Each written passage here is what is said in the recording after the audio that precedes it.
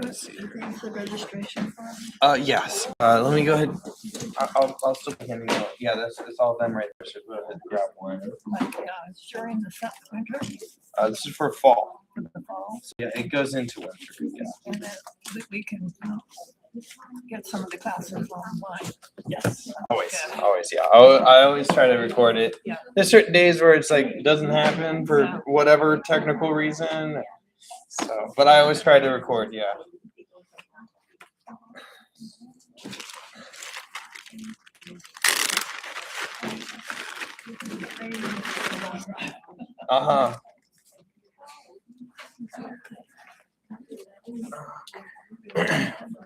So I'm gonna go ahead and walk around. I'll pass out some registration forms. We're gonna do some registration today. Great. Go. Registration and also a color wheel. We're just gonna look over. Be sure to get it back to us. And you guys already did registration form? Yep. Awesome. We're gonna do little color wheels. You need to see them. And here. And this is for signing for next semester. You can always do another. Oh, okay, wonderful. And so we're going to be going over some color study, some color theory. This might be familiar for those of you. That's always good to kind of refresh. Okay. Yes. You need a register paper. And registration forms, guys, are you going to do it online? No, I do. And also, other theories. I won't have, yeah, or the top one. Okay.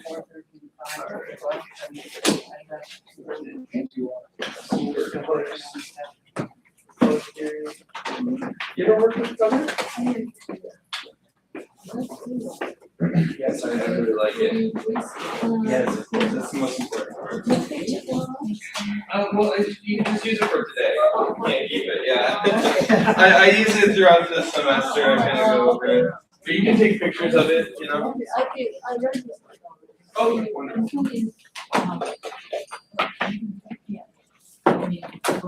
Nice to meet you again.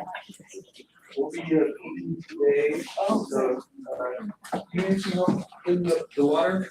I can get it.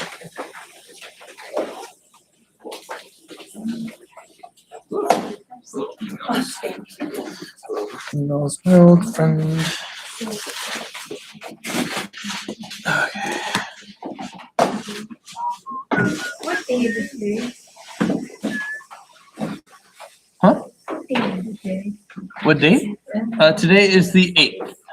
Today is the 8th. Oh, Yes. what? The 8th. Yeah.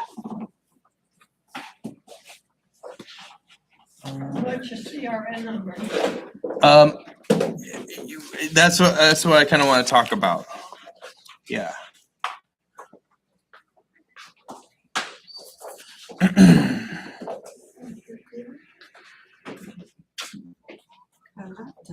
Schedule here. What do you need? Oh, another schedule. Oh, another sign up for color wheel? Yeah. Table cover? I don't know. Okay. Okay.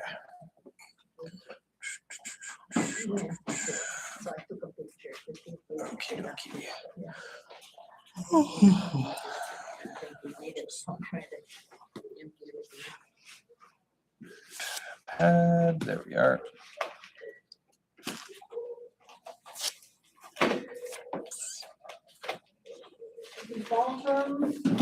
Yes. So if you guys want to start filling out the form, if you guys are interested in supporting my classes, including this one,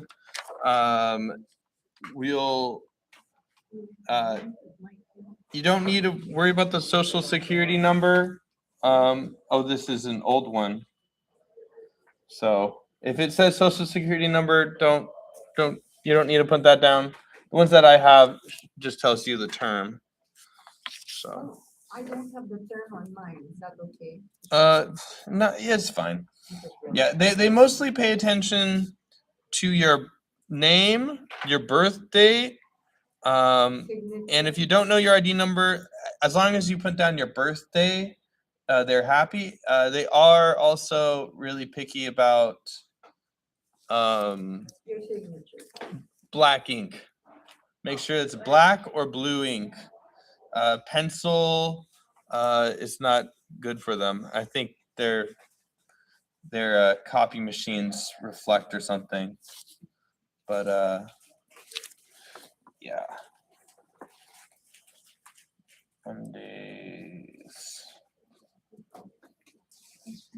1 to 5 p.m.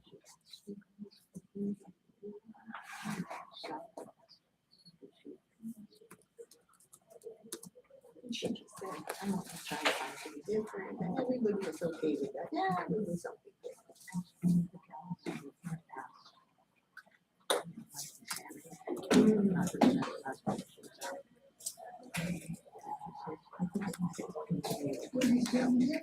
Usually she gets open by just like the first time, and we were like, oh, we want to do something. No, I'm not gonna give it that, I don't wanna give it that.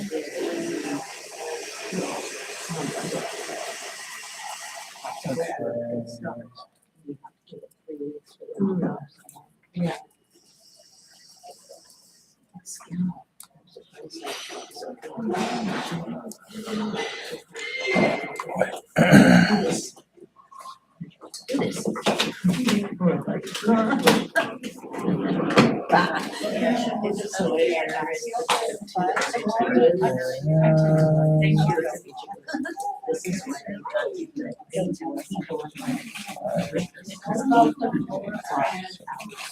Because it was too fast for them.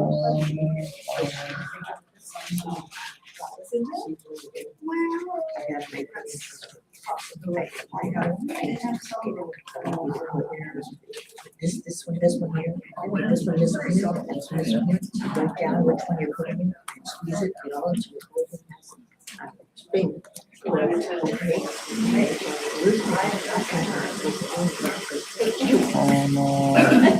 Start painting. It was just a put, she wanted to paint. So that you're ready to paint. So those are good all the time. Don't use like two colors, she said. 6. Exactly set up. Yeah. So she wanted to catch up with the rest.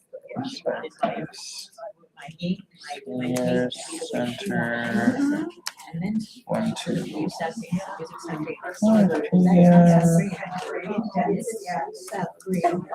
You must have read wrong. You must have put the wrong one in the thing. So I find it. 2. Put it out. Oh, well, that's not that green. She's still insisting. Her eyes tell her it's not sap. She has expensive names for a while, but she said, that's not sap green. Next time you use it, put yellow in it. Yes, ma'am. She's a real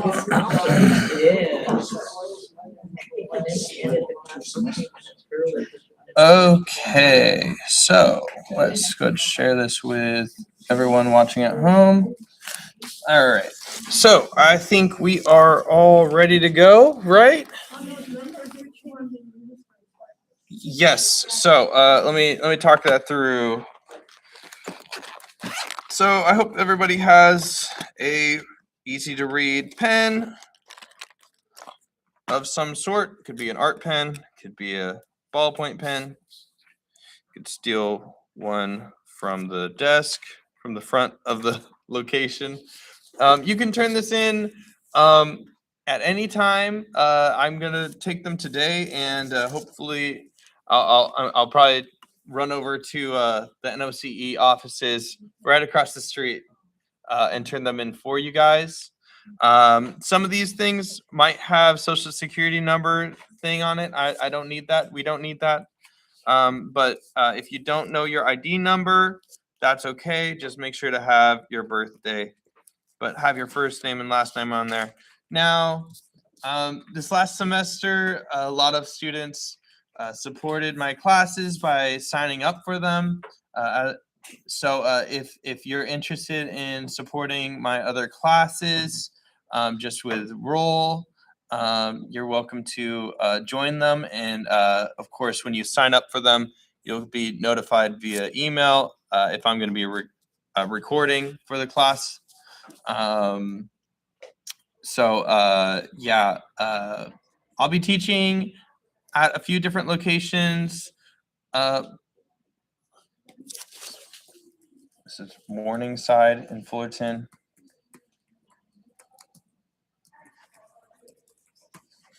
It's kind of fun location. As I may have mentioned, if you look on the printouts that the school gave out to us, it does not have the correct hours for my Monday class. That was just changed, so it is now a full 4-hour class, just like this one, same exact structure. So if you see people kind of sneaking out, leaving and stuff, that's kind of how it might be over in Fullerton. So if that's closer to where you live, maybe think about joining that.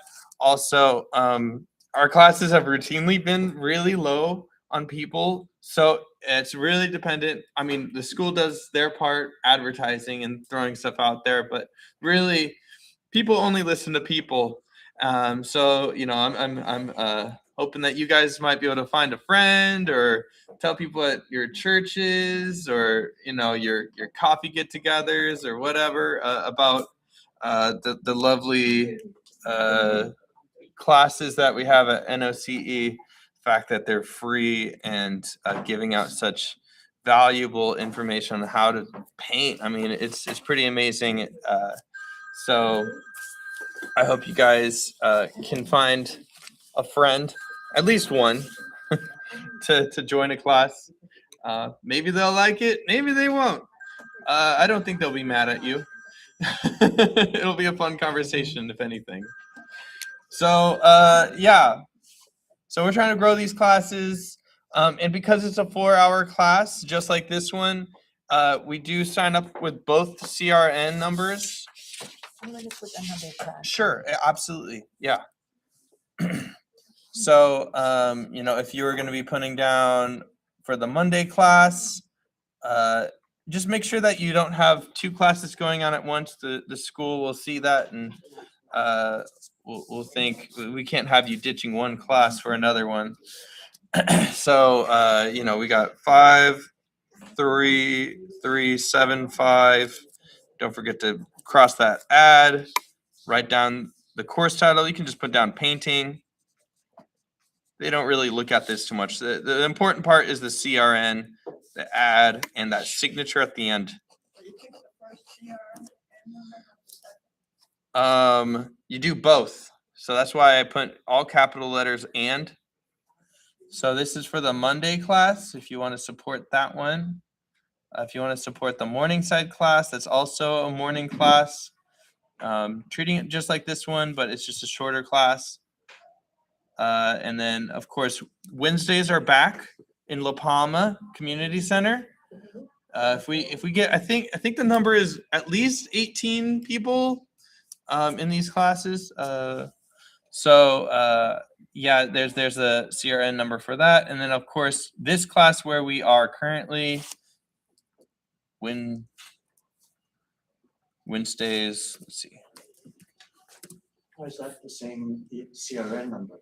It's the same, right?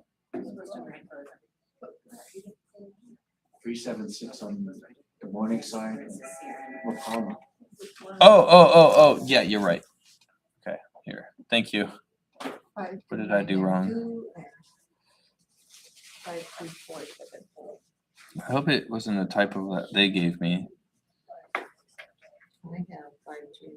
Yeah, that's correct. And 52470. No, it's the La Palma location that's wrong, I think. 3376. Okay, and then the other one at the morning side is 3377. There it is. Thanks. Yeah. So if you feel like supporting these classes, you can throw them all down. If you want to just sign up for this one, totally can do that. There's this class right here. This is the class that we're at. So we have 2 numbers. It's a 4-hour class. Yeah. And yeah. So I'll give you guys some time to do that. Throw down some music. Can everyone read it okay? Pretty bold. Cool.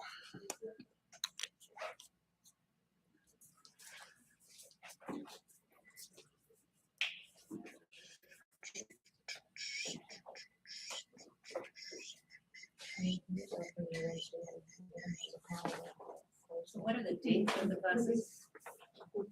It starts like, it starts in September, starts in August. Yeah, so it starts on the 2nd week of August. So we have our last class this coming 29th. Sadly, I won't be able to be here on that last class. So I don't think we'll have. Should we just push back the day for our final day, or should we just go on as classes scheduled? Usually the last day of class, we have like a little get together, potluck, show off all our artwork and progress. Yeah, yeah, we could totally do that. Let's plan on that. We'll have a potluck on the 22nd, but we'll also just have an art day. Sounds good. Potluck, art day. Sounds good. Okay, Just good July vibes. 22nd. Yeah. So I'll put down. I'll remind you guys the week before, and I'll have it more fleshed out. But I do have the people who didn't pay me for 4 months. I got that whole thing, huh? You got paid your sip and. No. We're gonna. Yeah, we'll see. Paint and sip. Yeah. Well, these guys are paying you. Huh? These guys are paying you. Yeah. So we'll see how that goes, but that's gonna be on that day, so I can't be here. Yeah. So when did you say that the next fall class starts? So it starts. So the last day here for us will be the 22nd. You could probably still come in and use the room on the 29th. That should be no problem. But yeah, we'll have the week off on the 1st week of August. So go on your vacays, Hawaii trips, cruises, you know. So August 12th. Live a will be our little. first class. Yeah, so August 12th will be our first class. There it is. August 2nd? How many weeks? No. The August 12th. Yeah. For how many weeks? So this is the fall semester, so it's a full, I believe, 18 weeks. Yeah.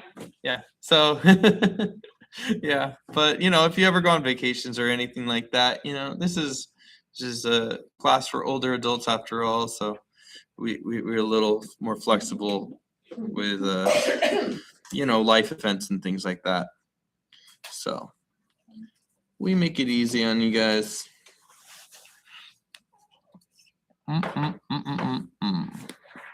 Cool. Where'd it go? All right. Does anyone else need more time? Anyone else need more time? No one? I think she's. All right. We'll continue on. Now, I am in the process of creating next semester's syllabus, and I need your input. So I went ahead and made a quick little Google Forms. 1, 2, 3, 4, 5, 6 questions. Yeah, these 6 questions will help me kind of structure the class. I've been meaning to do this for semesters on end, but I think this will really help me kind of give some direction and kind of hear what you guys have to say, what you guys want. Of course, I might go a different direction, but I really do value your input. So this is totally, I don't know who's saying what, so. Is it online or? Yes. So I have a little QR code you can take a picture of. And I'll go ahead and just say, let me just kind of throw this down here.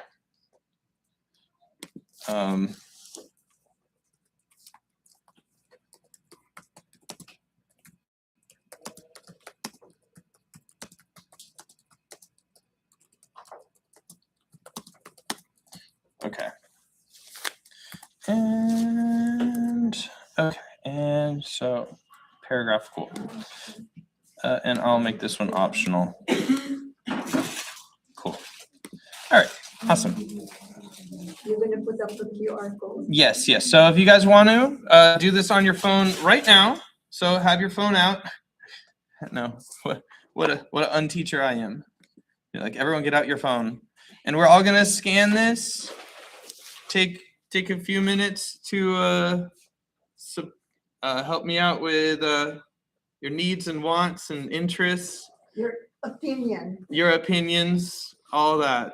The last question where you can just suggest anything else, you can totally, you don't need to How answer. come it's not coming out with anything, any link?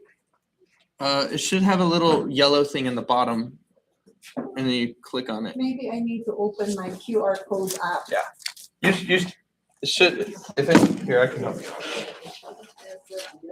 There it is. You have to open the app for it to come out. Okay. If you just take a picture of it, it's not happening. You have to open the app.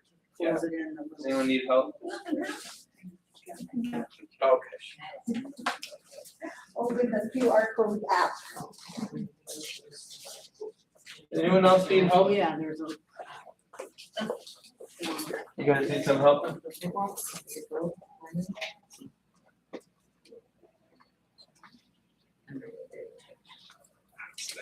There it is. Oops, got the news on. It's the. Here, I can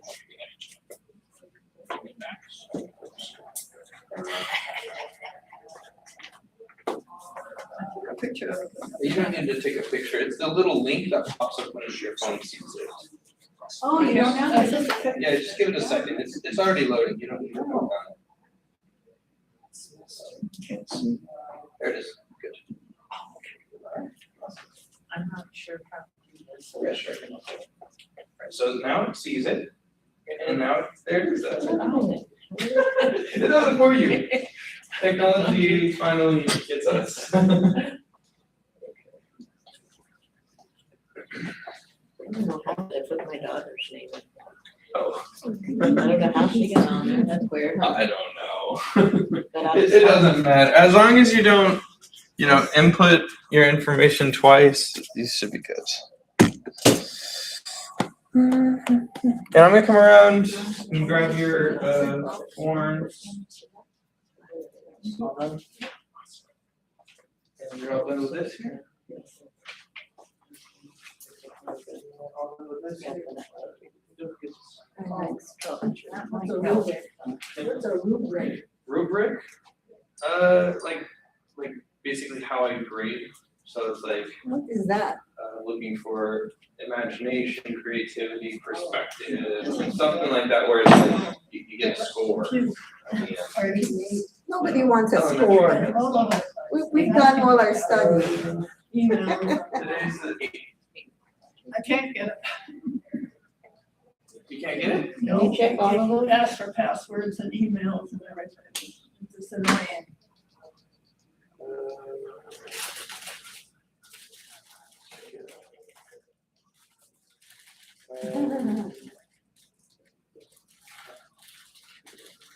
Yeah, so you're good. You can just answer all the questions there, and then so just skip the first one.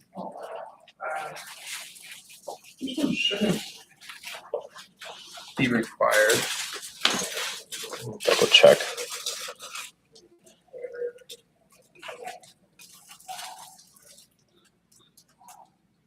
Okay, cool. Nice.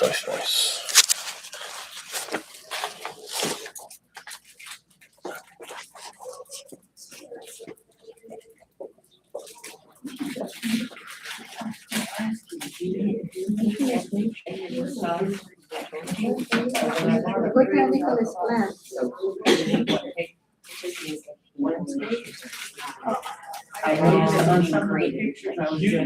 Maybe offer the class first. I'm gonna brushes. I'll take I it. just pick landscape, But I still think other life. people might want them too. They're all of girls. So this is so much. And what that.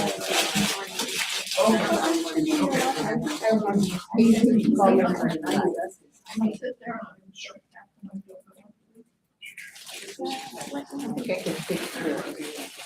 It says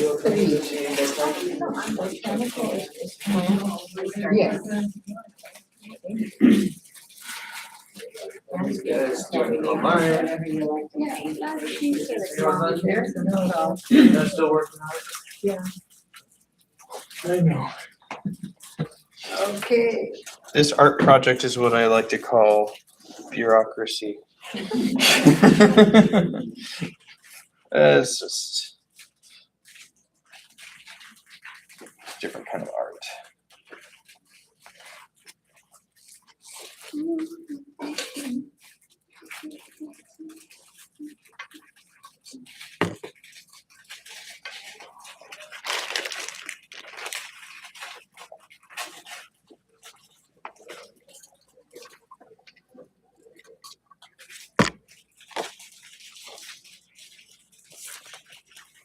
When we hit submit, it goes back to you, please?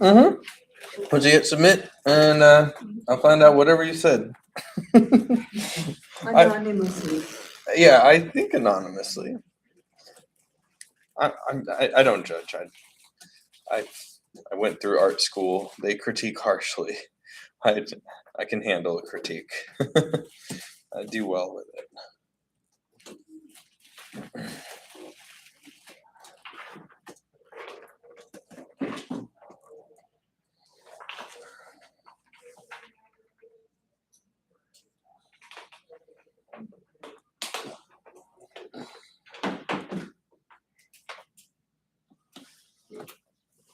Suppose you have two different choices.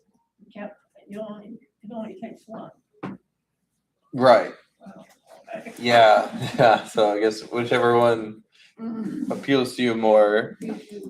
Yeah. There's one question where you can select multiple choices. So.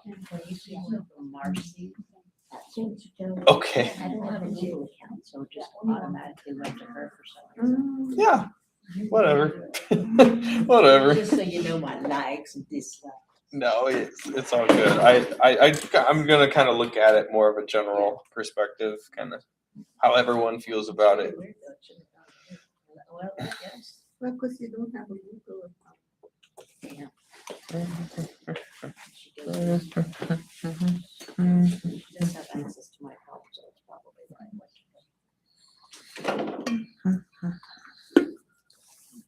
Bruce found me one time, peanut butter.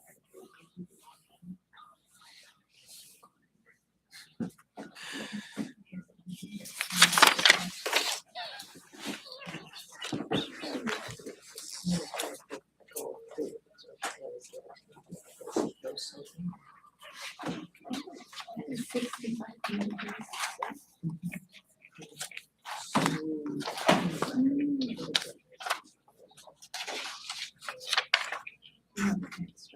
He brought me food. Oh, okay.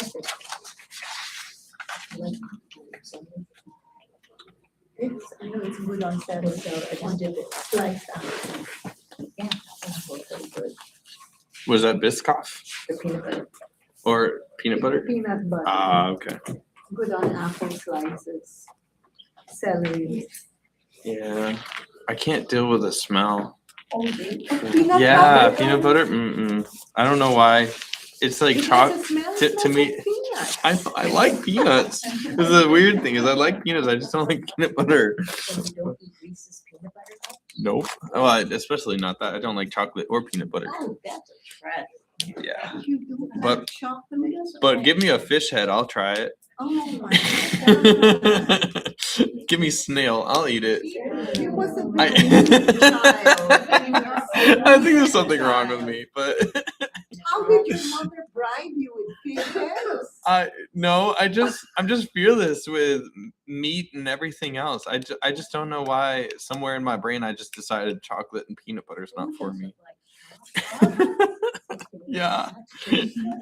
How about Oh, other man. candy? No one's gonna show up next week. And everyone's like, Maybe a box it's of like once I get the sea- registration forms, they're like, a box of sea chocolate for brides. Milk chocolate. Yeah, okay. Stay with it. And it's just leave it. You can scoop down. okay. All right. Is it? Did everyone? Not this one. I think we're still working through it. I want these worms. Yeah. Yes.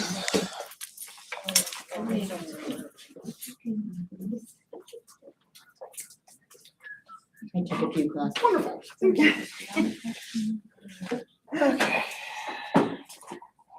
So glad. My savings. Do you want me to forward that out? That was hard. That was my first day. I came late. They said it was short. They were failing at the That's a nice big brush. So Where'd you I get that? try it. Oh, it's just part of the whole thing. Nice thing. I never, I think I do, I just never seen it like Horizon together. line. Usually like this. The perspective. Well, it does, it looks nice. Yeah. Yeah, that's the thing, sometimes the hairs do come out. Yeah, just so it can fit in my little pouch. Yeah, but I like it, I like having a longer handle too, so. Okie dokie. Alrighty, you guys ready? Ready to learn? Okie dokie. Well, again, guys, thank you so much for signing up for my classes. Any of my classes you sign up for, it's gonna help make sure that I have enough students. So you could totally sign up for all of them. I can't stop you. Neither can the school, but literally having those people signed up in my classes helps guarantee that they stick around. So yeah, this last semester I had I think 2 classes that were canceled just because there weren't enough people. So it does happen. So yeah. But I think because I had some people sign up for my Tuesday class, that pretty much saved that class. So it does really help. Okay, so today, kind of impromptu, we're gonna be starting to paint and painting from observation. And when we're observing something, that's a very scientific thing to do. Am I right? Where you kind of observe something, try to capture how it specifically looks, get down all the information. It's observational. So, and today we're not going to worry too much about form and placement. Don't really need to worry about that. All we're going to need to focus on is color. And that's a whole study by itself. We've learned a bit about color symbolism, right? Green means growth and grass. Yellow means happiness and warmth, maybe sickness. Blue means sadness, and there's a lot of symbols and feelings, and specific, and different cultures see colors in a different way. Some cultures might see red as wealth, while others see it as love or war. But right here, we're talking strictly what we see is what we're trying to comprehend or get. So how do we mix any color that we see? Because when you start looking at color, at one specific color, such as this white paper, in this lighting, it's not fully white. There's some colors to it. If you're looking at it through the TV, one TV versus the other TV might have a slightly different color of white, might have a slightly different color. I mean, you know, this when I bought these two things, this was selling itself as white paper, and this was selling itself as white tablecloth. Well, then why is it that I can only see one? How can I see them different? These are different colors, right? It's a different shade of white. I don't think so. I think it looks like gray, Yeah. or maybe see some lavender in there. It's interesting because when you start looking past what we think we see, when we think, oh, this is a white paper, well, that's what we see in our head. But when we actually pay attention to it and look deeply at it, we're like, no, there's traces of yellow to it. It's a little yellowed, or maybe there's little bits of green to it, or maybe you see lavender. All that stuff, you can really enhance a painting with that bit of knowledge when you're really looking deeply and observing things. Famous artists. Oh gosh, I'm gonna forget her name again. Was New Mexican? Ginkgo biloba, Frida Kahlo. No. I think no. Female artist from New Mexico. Oh, One who did the flower. Yes. Georgia O'Keeffe. Georgia O'Keeffe. Georgia O'Keeffe. Good job. Thank you. That was a test, and Thank you God for the passed. seniors. We have better memory. Oof. It's true. Sadly, I don't know what's wrong with me, but we have, yeah. So, Georgia O'Keeffe. She literally had a sketchbook where she would go out into nature and she would mix colors to kind of, wait, do I have music on? I think I did. Where she'll try to find those exact colors that she sees in nature, whether that be from the sky or from the hills or from the dead leaves or from the living grass or from different leaves. Everything's kind of got a different color to it. And she had a whole sketchbook where she would just go out into nature, mix and find that one color and then use it for her future artworks. So it's pretty incredible. She is totally a color scientist, going out there, observing from the world and trying to find. So she never had formal painting lessons. Oh, no, I know she did. I'm sure she did.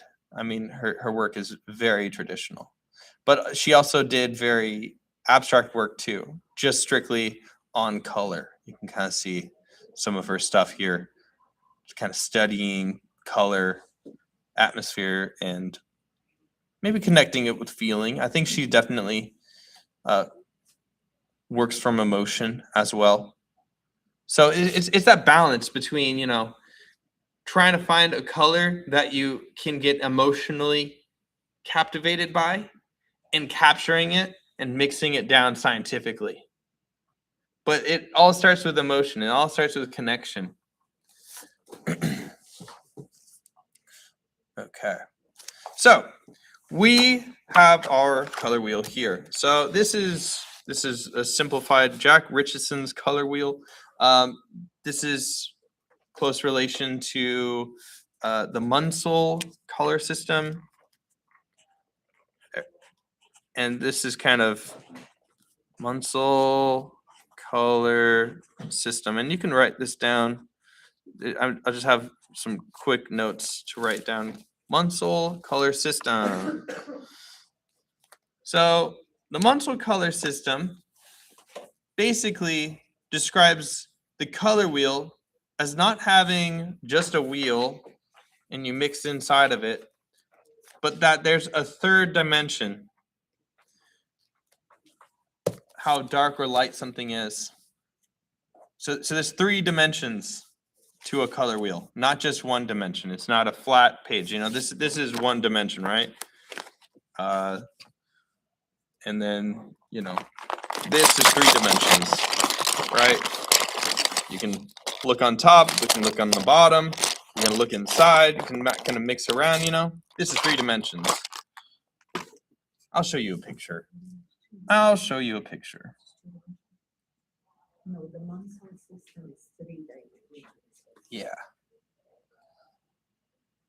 Okay, here we go. Pinterest. Color, hue, and I have a picture on Pinterest at the very top of the Pinterest here. also the color, hue, and value. Yeah, you guys already know it if you already took this class, but it's good to remember it. You're So, okay, come on now. right. I learned it from Pinterest. YouTube. Come on. Because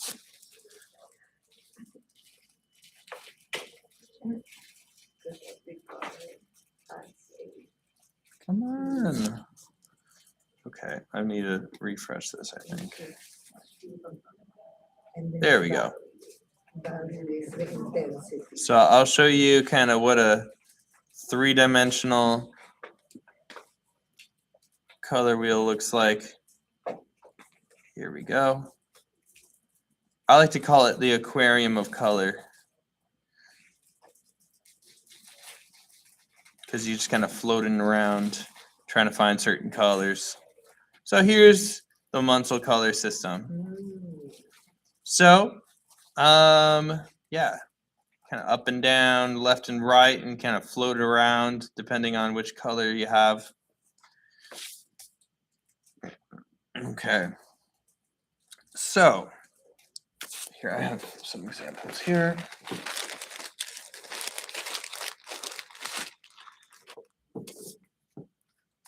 There we go. So, all right. So let's just go down the 3 dimensions. You know, if we're looking at sculpture, it's X, Y, and Z, right? You guys heard of that before? Well, it is. You know, X up and down. I don't know how that goes, but for color, you have. I'm gonna go ahead and write this down so you can look at it here. Stop. We have 1 hue.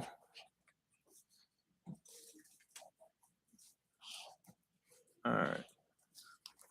So hue. Anyone want to let someone else know what hue is? Anyone want to be a brave soul? Try to describe what a hue is. Saturation, is it? Almost. Well, we got 2 of them down, but no, not quite. Hue. The transparency. Almost. Is that chroma thing? Chroma? It's the color wheel. It's the actual purest form of the colors. So it's Color then. hue is basically what we would consider color. Here I got a definition of it from my last class. Oops, no peeking. Yeah, so purest color. So like purest definition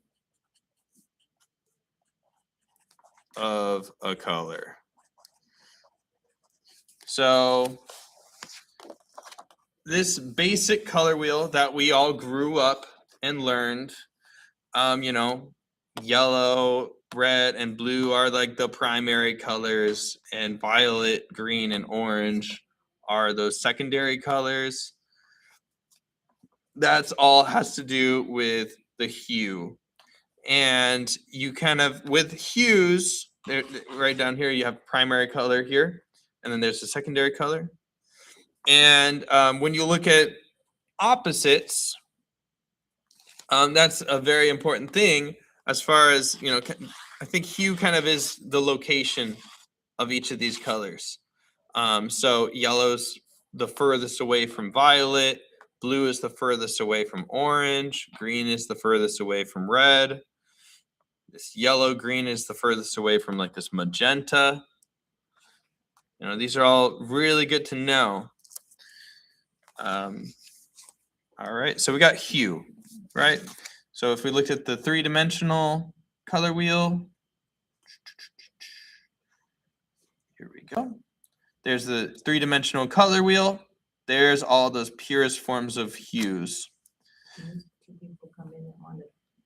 Huh? Recommended to come in and observe. Absolutely, yeah. Sit on down. We're learning about the color wheel.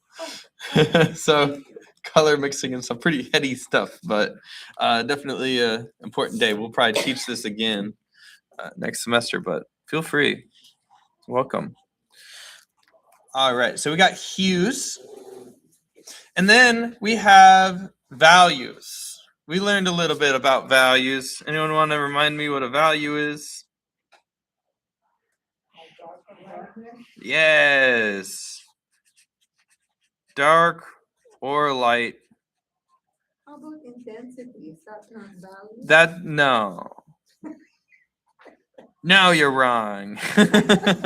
So a dark or light, a color is. Maybe that's chroma. So if we were to compare a hue, so we have a yellow hue, let's just say the purest form of yellow hue, and we had a purple hue. Which one of these two has, how would you describe their relationship to each other? Opposite ends. Okay, how about, let's talk about value. How do we describe their value to each other? Purple is darker. Purple is darker than yellow. Correct. Yes. And some of these can be kind of close to each other. I guess it looks like blue green might be a similar value to red purple, but because red just like if we were completely colorblind, like people are colorblind. Sometimes they mix up those two colors, right? They mix up the green and a red. This is why, because they see more of a value than they do of a color. So, you got that purple blue is going to be a lot darker than the green yellow. Yeah. Now, value, if we were to change the world that we see, man, I wish I had an example. But if nothing had value and all you could see was like hues,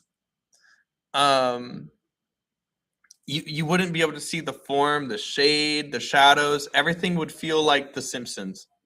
Everything would feel like Looney Tunes, where they don't really have shadows usually. I mean, in the newer ones maybe they do, but there's no really change of values on how dark or light something is. You mean it's flat? Right, yeah. So if we were looking at, let's say, this bag, this big rumple bag. Now I could tell that there's big old rumples and crinkles and sewing lines and stuff like that. I mean, you can see the letters, but I can tell that it's three-dimensional in what it does because of the values that change. You get the shadows in the creases, you get the highlights where the sunlight hits it. Even though this is all the same orange, you can see all those little rumples and stuff, right? Same thing with this wall here. It's all white, but you'll see that this part here, where the light hits it, is much lighter than this right here. So this is dark, and this is light. And then this is dark again, because you can kind of compare the two. So, you could have the same hue, but with value, you see the form. It builds up that form. But then again, some people will intentionally get rid of that value and make it very stylized. You know, look at Andy Warhol. He did pretty good for himself, and he didn't listen to that. So, you know, don't let these be rules to follow. Let these be rules to break. All right, and someone's been dying to hear chroma. That's the third dimension. You're like, is it chroma? You're dying. Okay, we got chroma. All right. So, anyone, any ideas or anybody remember what chroma is? Yeah. Yes, that's the saturation one. Yes, you got it. You got it. Yes. So this is where you start to see, like, where black and white, this is where people get annoying, where they're like, black and white's not a color, it's a value, right? You're like, shut up. But this is where it's true. This is where chroma is really important. So this is a great example. So right in the middle is that zero chroma, that absolute desaturation. Just like when you mess with a TV, the color screen, you kind of change the saturation. If you put that saturation down to zero, what happens? Black and white. That's right. That's the purest form of the values. And then when you crank it all the way up, what do you get? Yeah, you see that red and that blue, and it hurts your eyes, right? It's not enjoyable. You never want to have it all the way up. Balance. So chroma is the intensity or saturation of a color.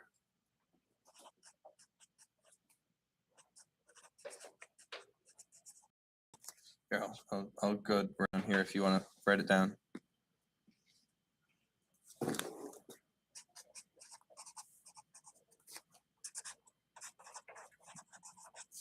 Okay.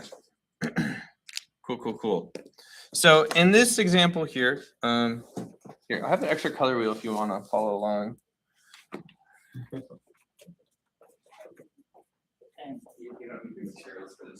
Check it out. Thank you. If you leave, just leave it on the text table. Yeah. So with this simplified color wheel, you'll see right in the middle is this neutral gray. Oh, welcome back. All right. And that's basically how that Munsell color system is. Right in the middle is that neutral most color, whether that be white or black. That's the most neutral colors. So it changes, you know, it's three-dimensional. And so let's just say you had this color here. Now, you might think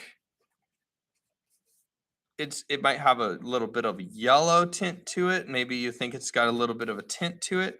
So you can kind of guesstimate, kind of throw a dart blindly on a dartboard. Kind of be like, it's somewhere over here. That's a good place to start. Sometimes you'll look at something and you'll be like, it looks pretty gray to me. That's a good place to start. You already have the answers in you. You just have to ask the right questions. Because it's kind of a, oh yeah, obviously. That's darker, that's lighter, that's warmer, that's cooler. All right, so I'm gonna go ahead and mix this together, and I'll kind of show you my way of scientifically finding a color. If you're ever going out to the market, you find a pretty colored eggplant or something, and you want to try to capture that color, you know, you'd be a little scientist. You can kind of collect them all. It's kind of like catching Pokemon, but just colors. All right, so I got my gouache. Tell anyone else to get ready, and I'm not. Okay, cool. All right, I need some water. Give me a second. And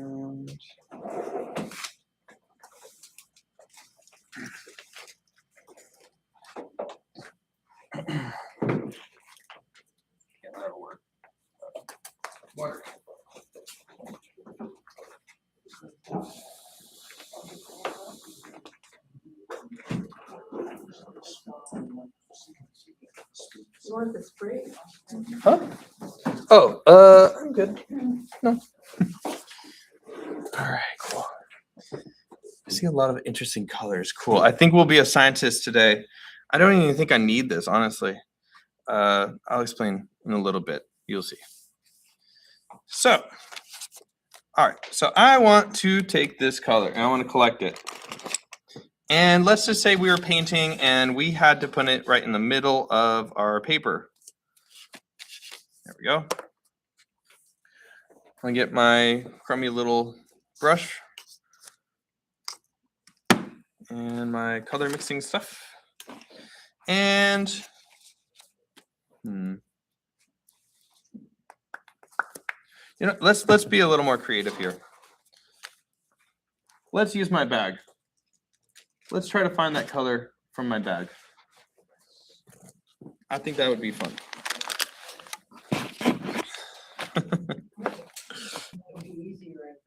Maybe, maybe not. You might be surprised. So I like to look through my colors and see what is the closest color that I have to this bag here. Yeah, orange. Orange. Well, it looks like I don't quite have orange, but I do have that yellow there. I'm gonna put it right here. And I got the box here. It's pretty decently big, so I'm gonna mix quite a lot here. You got to think about, you know, when you're first painting something, if you're doing the whole page, you need to mix a lot of paint. There we go. Good God, this is messy. Okay, so we got yellow here. And what I like to do is I like to have a scrap piece of paper. This is the most important tool that I use for when I'm scientifically finding that color. So a little scrap piece of paper. Test strip. My test strip. Yes, and that's all I need. I just need a little square, and it needs to be off on the side. That's because I can immediately compare. See that line there between those two colors? I can compare those two colors and see just what that color is, right? You got it. No, I didn't. It looks pretty close. It's pretty close, but what do you think? It needs to be darker or lighter? See, everyone knows this already. You guys already know how to mix color. Well, Just a little, but how? well, I don't know. Maybe it needs to have a bit of a color to it. I feel like does it need to be cooler or warmer? Warmer. So maybe I'll get a little bit of red. That's a warm color. Or maybe brown. Brown is a warm color too. This brown is. This brown has like, it's kind of near it's kind of like a. But brown is not in the color. Yes, it is. It's just, remember, color was 3 dimensions. You kind of have to imagine if brown was darker, or if brown was lighter, it'd probably be like closer to an orange. So you could, if you make it darker, if you make that orange darker. Well, then why didn't you just add a darker orange? You can. There's more than one way to move around the color wheel. Again, it is an aquarium. And the only way you move around this aquarium is by mixing one color to another color. So if I was at this bright yellow over here, really bright, and I needed it to get darker, I could move down using a darker color like a gray, but then that means I would also, basically I have a starting point and an ending point. That's what those two colors I'm mixing are. So if I'm in that yellow-red area with that yellow, and I mix in a brown, it might be over here. So I have kind of a starting point and an ending point. Does that make sense? Why not mix a blue? It's in the opposite side of the color wheel. You could. But you see, if I mix here, and I start moving down to that dark brown over there, which is kind of below that red in that darker area, you know, didn't really move much right and left, but I mean, I could. I didn't see. Where's the brown? I don't see the brown. Right. So here, it's in there. I mean, it's not showing everything in that picture. Okay. Here. I'm confused. Where's the brown? See, it's kind of expanded, you know? You can see here, it kind of roughly, I mean, this is really crazy, but now that you kind of understand. So this brown there might be underneath a few layers here in the darker areas. See, it's kind of, maybe it's over here. If you were using acrylics, it would dry darker, it would be just perfect. Oh, I don't know. Do acrylics dry darker? Oh, yeah. I mean, I know that gouache dries lighter, but I say whatever. I just kind of am like, oh well. But you can definitely plan for that. But brown, just trust me, it's a dark it's a dark orange. This brown right here, it's kind of over here. This like red orange, but it's just, you know, kind of darker. So I can get that. That works well. But can you mix one with the blue so I see what it looks like? Yeah. So here, I got that brown in there. Got that yellow and the brown. Let's see how that looks. Oh, it's already. I feel like that's it. Like, I don't even think I need to bump it anywhere, any direction. Would you say gouache dries lighter? Yes, it does. You know, it does feel a little lighter, and this is kind of dirty.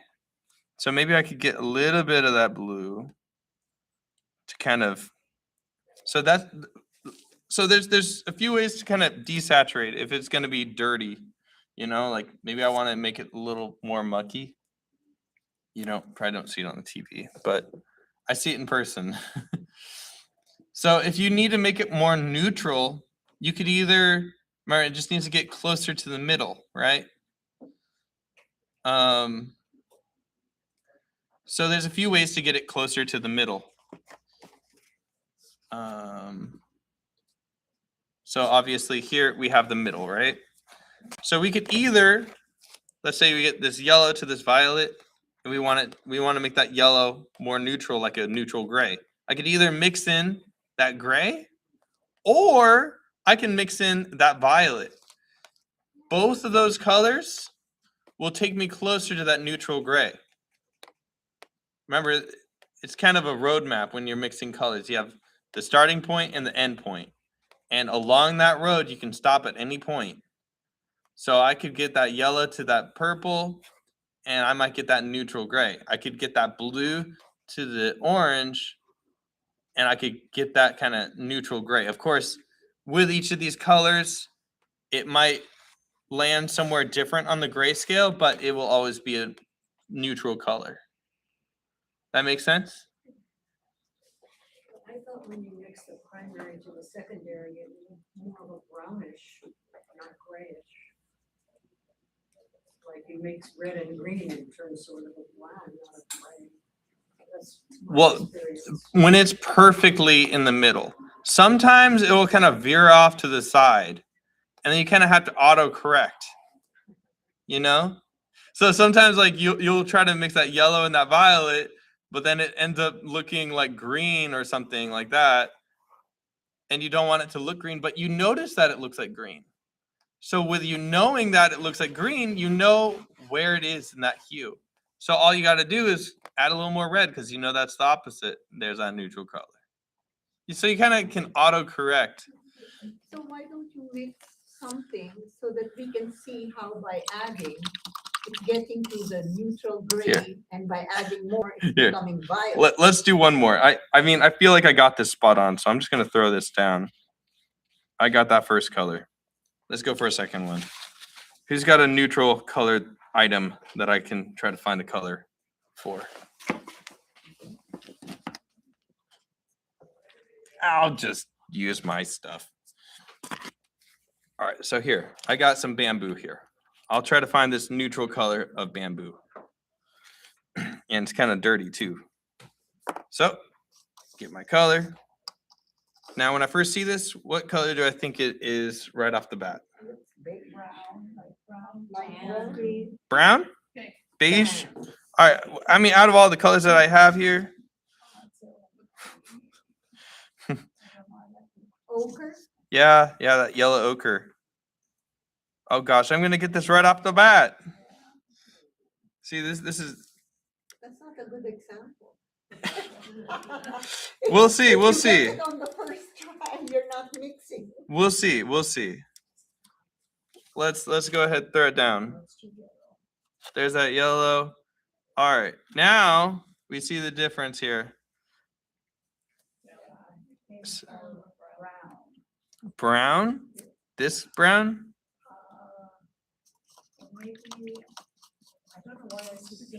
It's very okay. We could try. We could try the brown.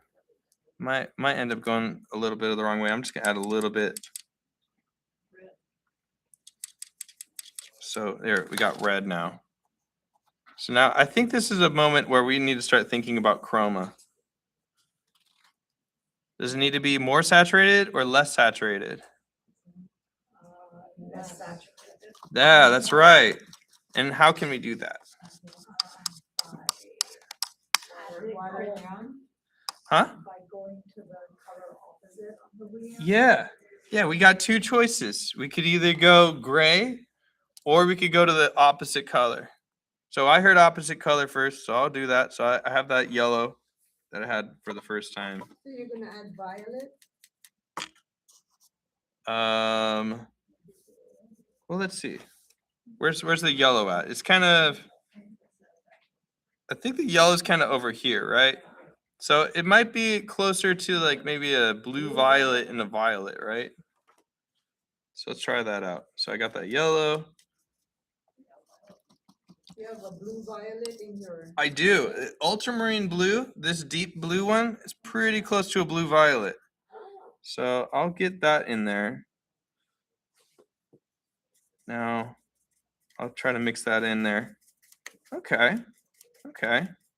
Interesting. Oh, shoot. Are we going to get it? That's pretty close. Much better, But what do you think? but a little dark. Little pink. I agree. Because it feels a little green now, right? So what's opposite of green? Yeah, it feels green. I don't know. Maybe your TV's different. Yeah. Yeah. Maybe a little like this hot red. Ooh, that's too much. That's too much. Oh, shoot. The red is too intense. Yeah, you gotta be careful. Some colors are stronger than others.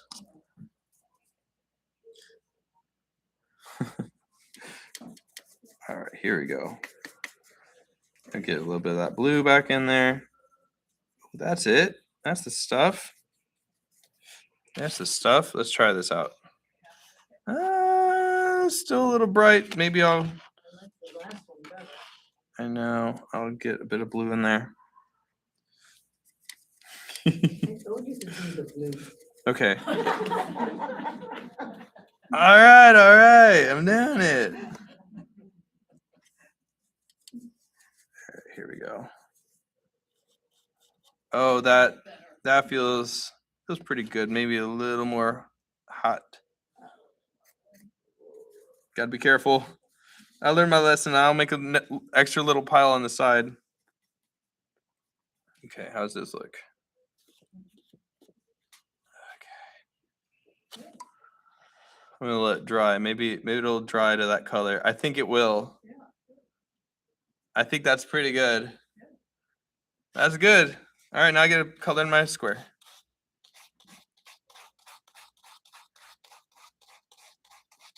There we go. Got my square. Yay! It's too dark.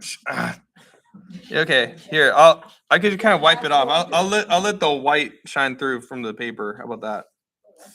I can just kind of use the transparency of the paper to kind of lighten it up. There, got it. Perfect. Did you use your finger to take out some? Yes, I did, because I can. I'm an artist. All right. Should we try to do this? So we're going to look for some neutral things around us. You could just use whatever's closest to you. Try to find those colors. Like choose like 2 or 3 colors just sitting around. If you are really interested, I do have some of these little things, but I think it's kind of fun to find something around you where you're like, I want to try to mix that. All right. And then when we're done with this, we're going to do some faces. We're going to actually try to find some colors of some skin tones. Sounds good? All right. I'll play some music. How about this one? That would be neutral. Color of my cell phone.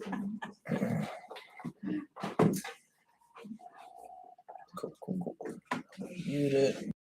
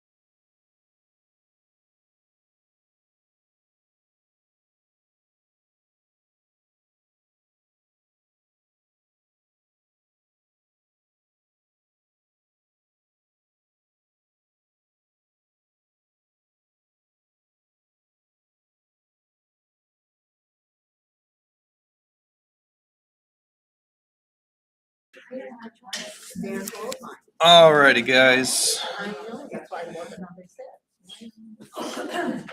Okie dokie.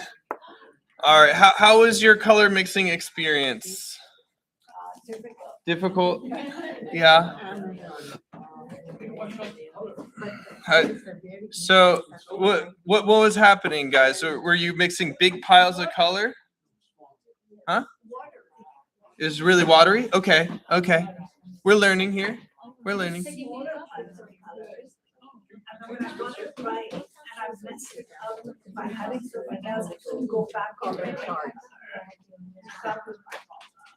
Oh, okay, okay.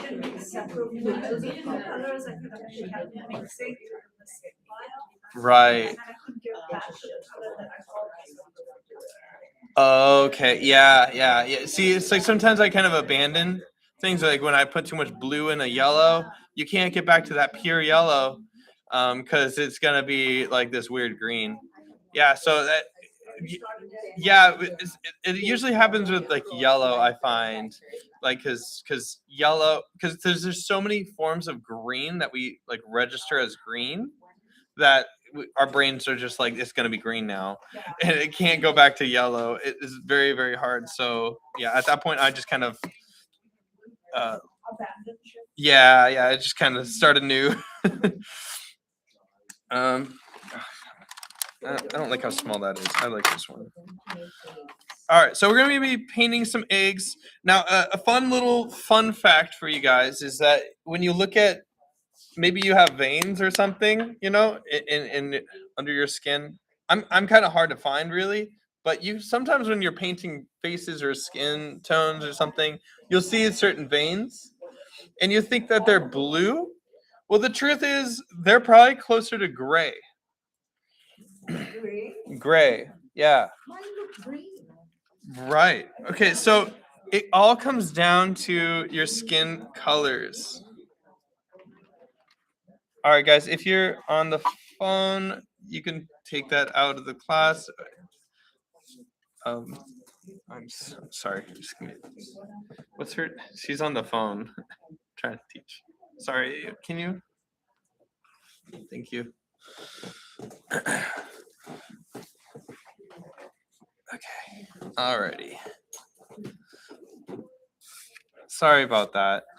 Yeah, I know it's probably important. Okay. So what happens basically with a very neutral gray, and colors are all about relationships. So when I see a vein in here, it might have some blue to it, but when you paint it, you probably want to use closer to a gray. And the reason why a gray, like this kind of gray here, I can just make a quick gray here. Always start with a brighter color when I'm making a light color. There's the white. I can get just a teensy bit of black. Slowly add in the black until I get a gray that I like. Too much black there. Maybe I'll wipe it down. There. That should be good. Yeah, that's a good gray. All right, so now I have that gray. Now, if I was to compare this gray or have this gray in the middle of this very bright orange, you'll see that this gray, that's right. And if I put this gray in the middle of this blue over here, what does it look like? Well, maybe. Lavender? Interesting. Here I see lavender. It's probably closer to, it looks a little orangey, doesn't it? Here, okay, give me a second on the monitor. Let me, Put down some blue. here, I'm gonna get this big huge blue pile here so you can see it better. It's kind of hard to see it. It's not enough blue. Okay. All right, make a bit more gray here. Ooh. Okay, we're good. You're good. All right, Yeah. you're good. All clear. Whew. All right. All right, see you in a little bit. Okay, so same gray. Put it over there. It's like the same gray. Now, if I was to put this right on top of here, I need more. Dang it. I need like the same kind of gray. Come on. I need more. Yeah. Sorry. Oh, you're good. You're the number for you is 52992. Yes. And what's the other one? 52470. 52472. That's me. Yep. Thank you. Of course. Okay. So I have that gray, and then if I put it right in the middle of this blue here,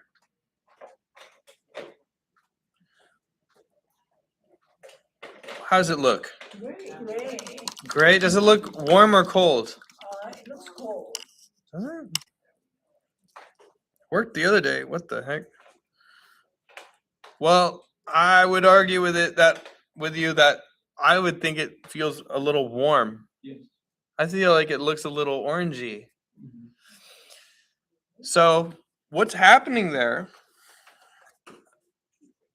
Maybe I need to add more white to it. Maybe it works better when it's lighter. That better? Anyways. I want to make it happen. I'm going to make it happen. Now that you move it away from the monitor, I can see more of the orange. That's this one. Yeah. There. Is it a shade of blue? So it's the same exact gray. Did you see that? It just broke. That's my crappy brush. It's so bad. I just using the trashiest brush. It just broke. Okay, so anyways, what's happening there is that when you look at the color wheel and you're surrounded by blue and you have a neutral gray there, your brain already knows that it's on its way to brown, that it's on its way to orange. So your brain kind of sees that gray color that, oh, it's warmer than this blue because it's gray, which is closer and it's heading on its way to this orangey orange color. Whereas the opposite is true. Whereas you have the orange here, and then when you have that neutral color gray, your brain kind of goes like, this has to be a color, it has to be a color, and it's on its way to blue, so I'll just say it's blue. It's kind of interesting to see that happen in front of your eyes.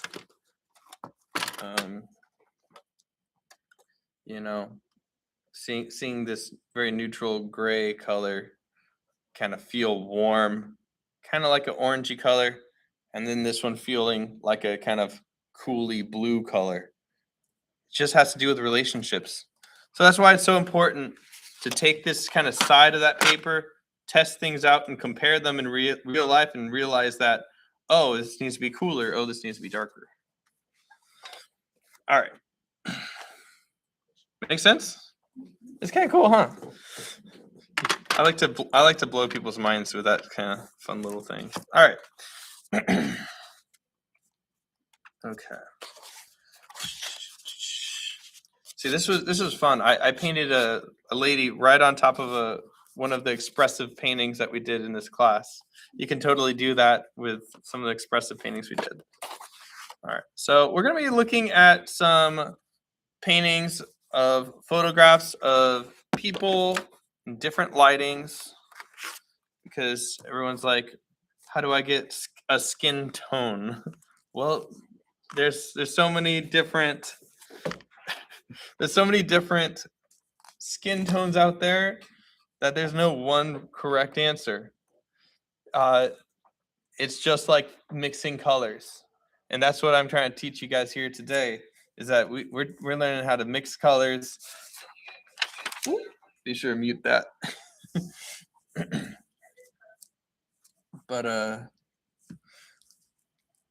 all right. So I'm gonna go and split this paper up into thirds here. Okay, I can't use this trashy brush. But I'm gonna split this paper up into fourths.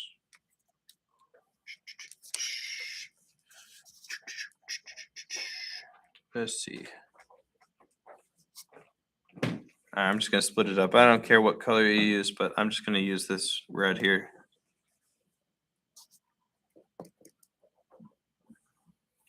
There we go. And there we go. Cool.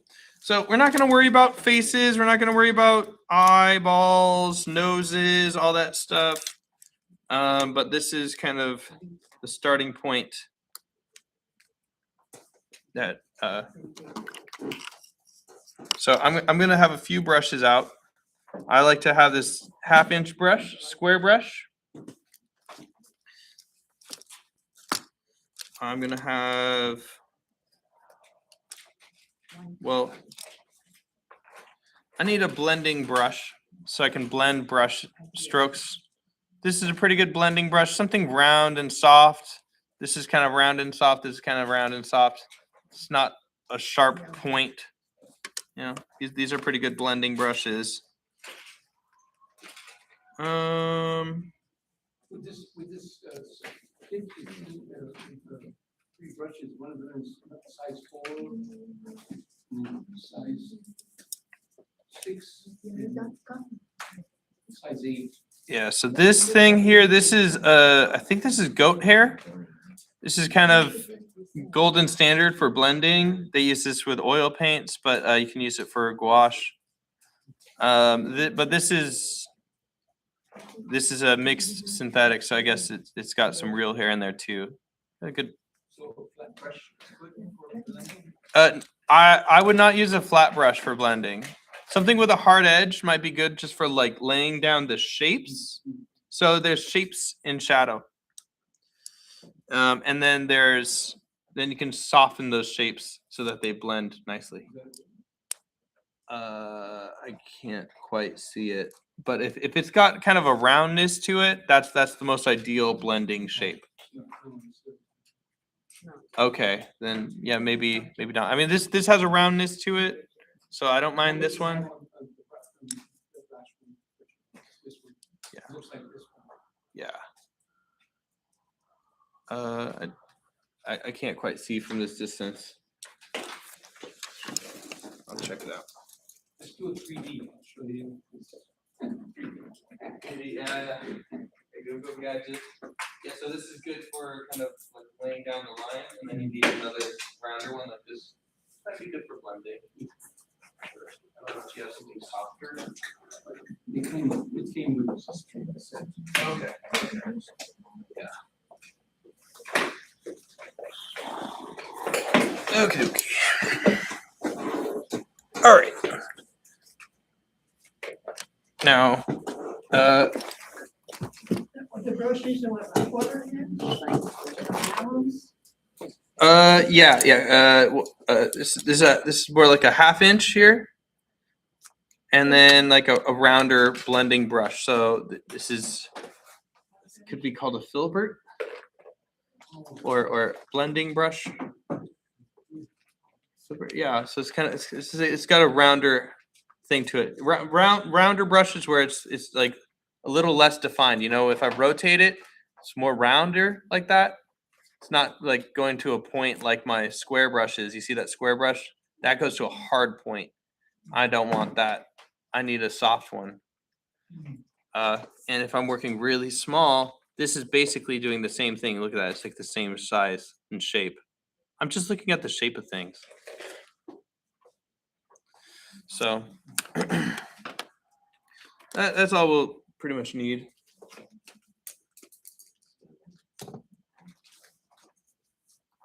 Now, a quick thing to look at when we're drawing eggs is that these are forms that we're working with, okay?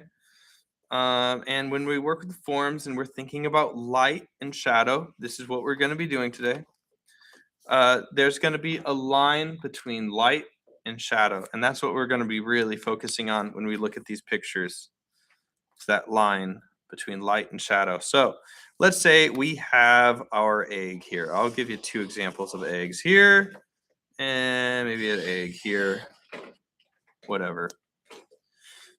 Now, if we had a plane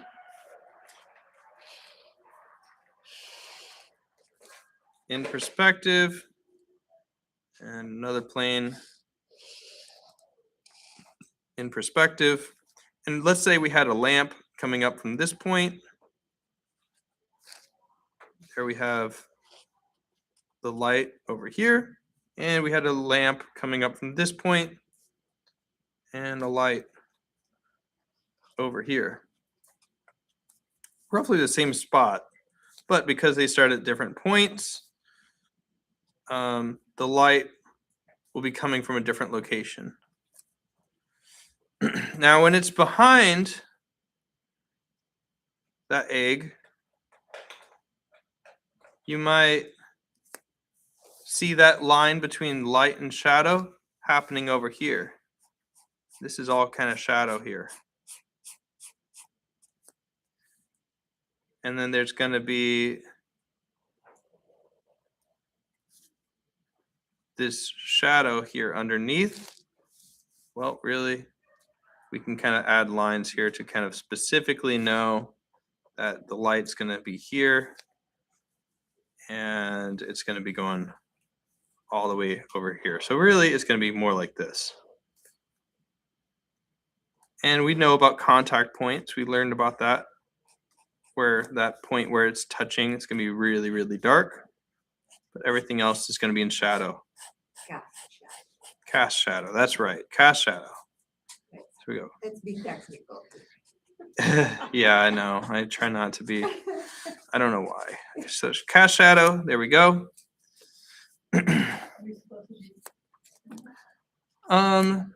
Yeah, you can definitely take notes. Okay. But you'll see the curve of that shadow like this. Whereas if it's over here, again,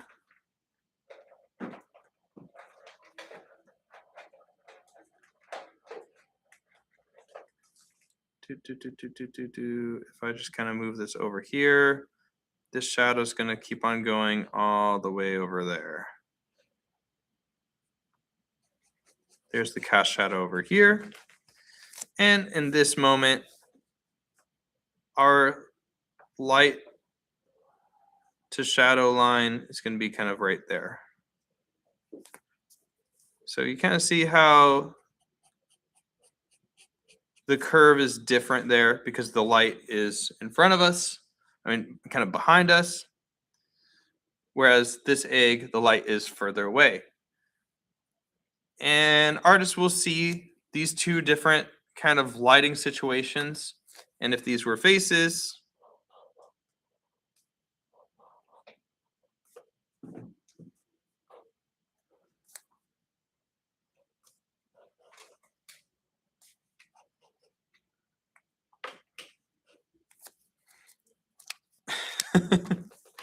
you'll see that they feel differently, right? Like the one on the right, when it's well lit, I mean, it just looks like he's bored and staring at nothing.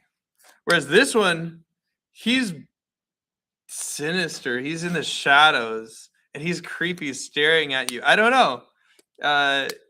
Or maybe he's just enjoying the shade. So it's just like these different kind of lighting situations can alter the way you feel about a stranger that is this egg person thing. But you can see, the crescent here and the crescent there, both different. And as it gets further away from the light, it's going to get darker and darker. But you also got to remember that light reflects, right? So you see it when you're driving on the freeway, looking at cars, they're all blinding you and it hurts your eyes, or you see it against buildings. You know, if there's light reflecting on a window, you see it hitting on the sidewalk sometimes. So all here, if this is all white, then it's going to be reflecting a lot of light. That's all that colors are, just reflections of light. And so if I have a white right here with all the sunlight hitting it, it's going to be reflecting here and it's not going to be as dark. But the rule is that this area will never get as light as the light area. It will always stay in the shadow area, unless it's like chrome. Then it's a different story. But for most objects like eggs, people's skin, it's never going to be brighter.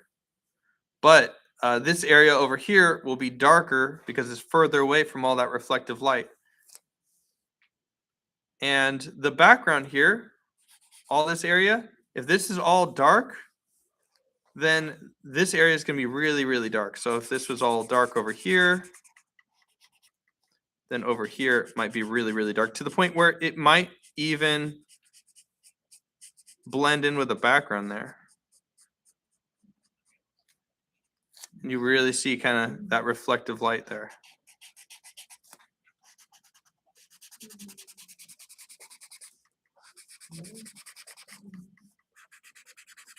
Love using these markers. It's so fun.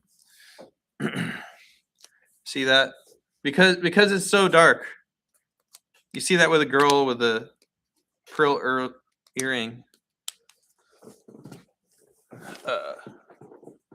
So, but if the whole background is all blue, then if you're just looking at color, you might see some of that blue reflection hitting on the inside here. So there might be some blue light coming in there. But it all depends on how dark or how light that background is. All right. So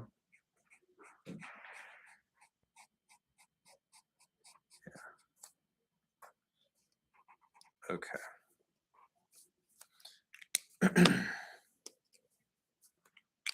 All right. Any questions?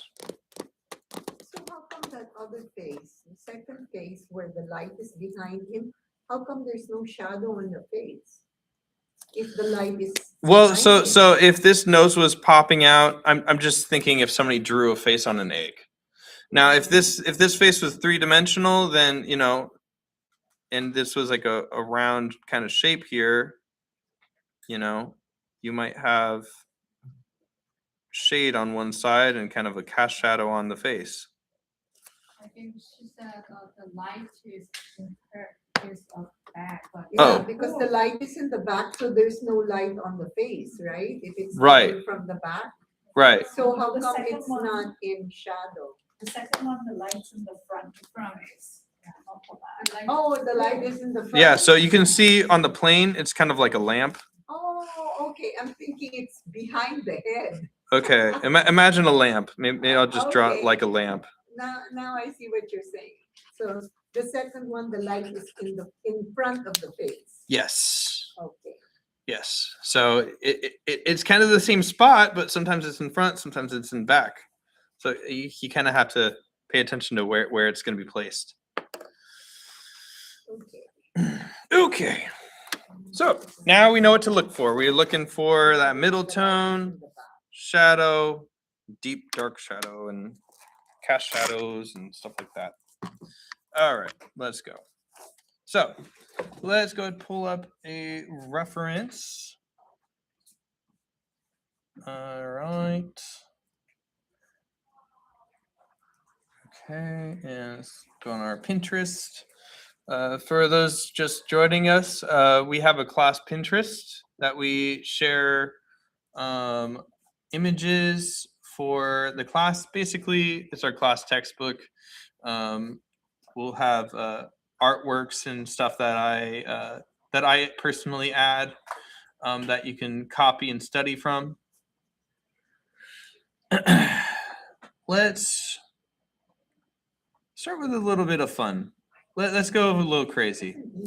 Because the truth is, faces are not always pink, yellow, and white. Sometimes we're black, sometimes we're even blue. Yeah. You know, you haven't sent us the email. Okay, it's the same Pinterest as always. I Oh, did not okay. send. I thought that, you know, when you send the email, then we can see what you're doing. Right. Then it becomes. Yeah, yep. Yeah, I can do that. Do we still need that? Yeah. Okay. Yeah. Okay. That's nice. All right. Sorry. That's how I follow, is when you send the email. Okay. And I open that one. Okay. It's the same one as last week. So if you just not the YouTube. Every week it's the same Pinterest link. So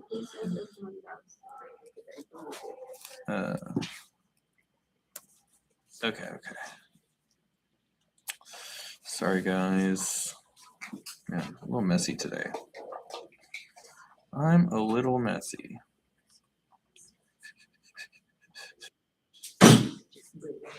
Okie dokie.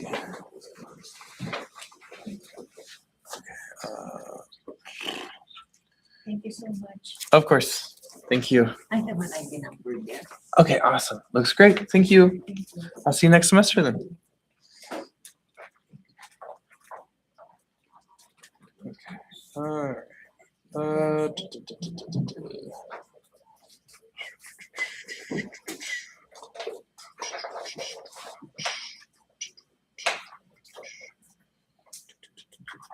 Where is it?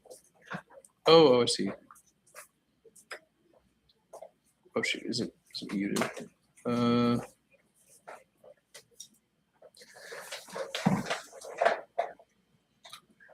It's not sending. I can't log in. Oh, it's not sending right now. I don't.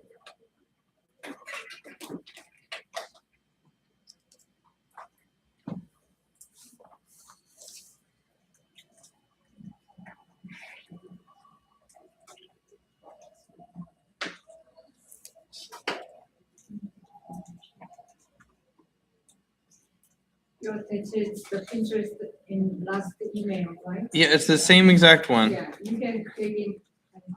So if you need to go on the Pinterest, just go on the last week's one. I'll send out the YouTube link. It's also on the same page. So if you go to the same YouTube link as last week, just go to my page. You'll see it live there. Sorry, I'm having technical difficulties on that. So okay. So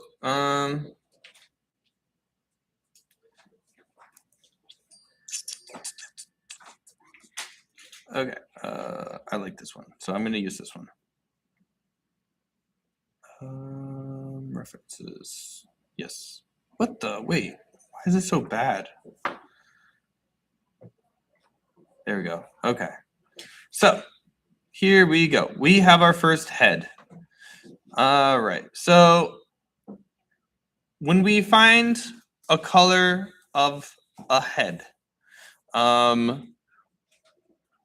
I like to look for, this is very, very simplified, and there can be more hues influenced in a face when you're painting from a face, especially if you're painting from a photo. But at the simplest form, we have that mid-tone where you remember we looked for that line between that shadow and the light. Okay, so we have that line kind of around here, right? It looks like the shadow here is this pretty bright blue. It's pretty shady, kind of shady, dark blue. But so it's right about here. It looks like he threw some blush in that blue, little bit of red, but kind of in the middle here, it's probably kind of like a lighter blue. I mean, he could overall just have this deep blue and paint red on top of it. But just for this process's sake, we'll kind of get this middle kind of blue right here. So I kind of pick a certain spot, maybe like between this nose here. You know what? I think the blues. I like this kind of lighter blue. So I'll probably start with the lighter blue, and then I'll go for the dark blue. I mean, honestly, it looks like it's just all dark blue, and it makes it lighter. Whatever. We'll go for this lighter blue. So I'm gonna get my colors here. Get the color that I think is the closest. We're just color mixing just like we did before. Here's my blue there. Easy on the water. Use that paper towel pretty regularly to make sure it doesn't get too watery. So there's a blue. Maybe I'll gray it down. I even have some gray in here. Gray is a good color to have on your palette. Even if it dries out, you can reuse it. Kind of see how it looks. And then I'm going to make sure I use my biggest tool, which is my color tester outer.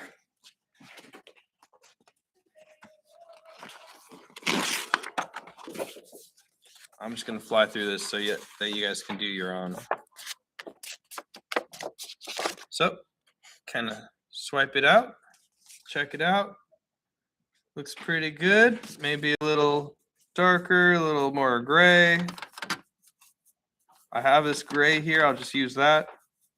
Again, you're just trying to get closer to the color no matter what color you mix, as long as it's getting closer to that color. There you go.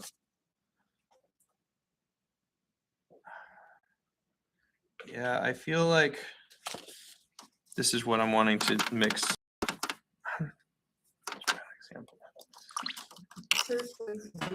I know. Okay, let me get some white here for that kind of white area.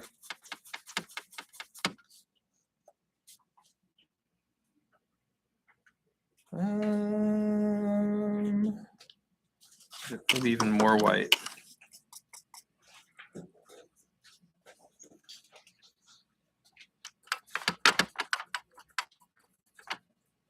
Let's see.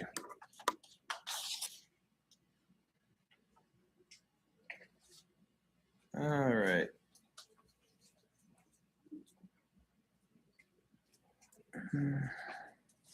Kind of in the middle of these two. And this is the point where it's kind of important to mix a lot. So best to mix a little too much, just because this is kind of the base. This is what everything's going to be influenced by.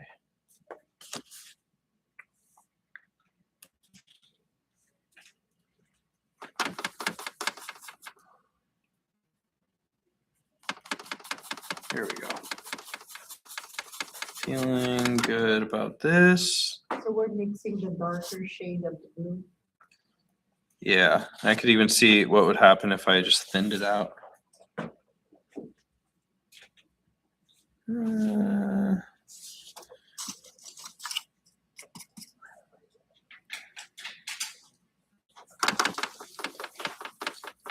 No, for this one I'm gonna try to get the middle color. Like, I mean, I can tell that he painted right on top of the dark shadow. Like, he started with the shadow.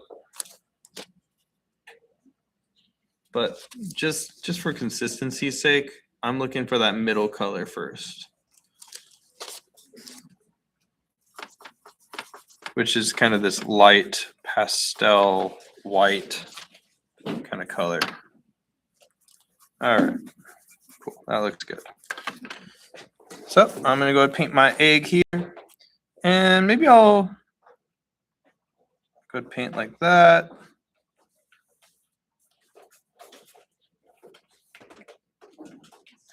Try to use just the pure paint that you have on your palette. Try not to add water to it. That's how much paint you should be mixing. You shouldn't have to worry about adding water. If you are adding water, then next time just make a bigger pile. You're just learning as you go. No problemo.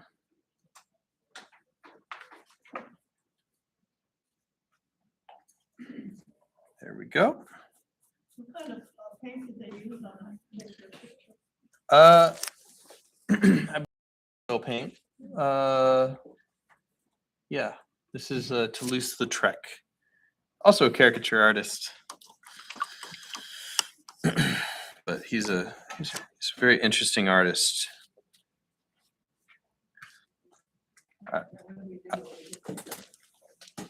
So, all right. Bye-bye. Hopefully I'll see you soon. Yeah. Thanks for doing that. Of course, thank you. So we should get the Awesome. Let me ID just number double card check. and You send it. sign the back there. Looks great. Awesome. Sorry to interrupt. Oh, you're great. Thank you. Thank you so much. And hope to see you next semester. Okay. All right. Bye-bye, guys. See you guys Monday. See you Monday.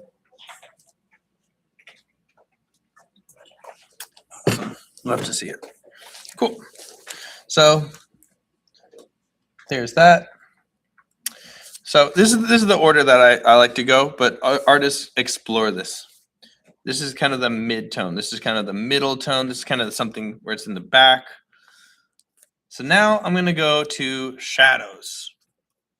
So this is where I'm going to get this deep blue here. That's where I'm going to try to find that deep blue. And I could still use that middle tone there and just kind of influence it over to where I need it to be. So I have a bit of this dark gray, kind of this black here. Shoot, maybe this is going to be perfect. Maybe I'll just use this all. And check my color. Doop, doop, doop, doop, doop, doop, doop. No. Much too light. I mean dark.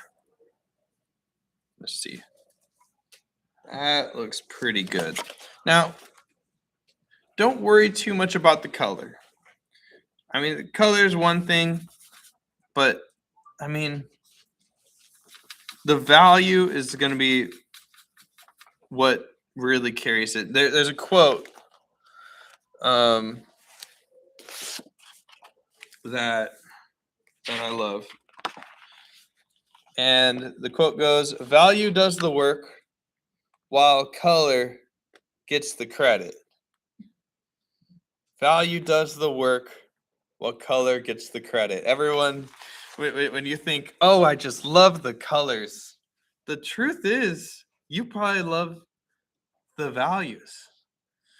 It's the values that make a color really stand out more often than not.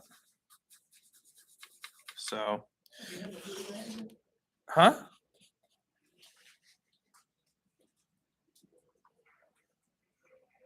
So sometimes people will get really playful with the colors they use and just try to capture the value more than anything.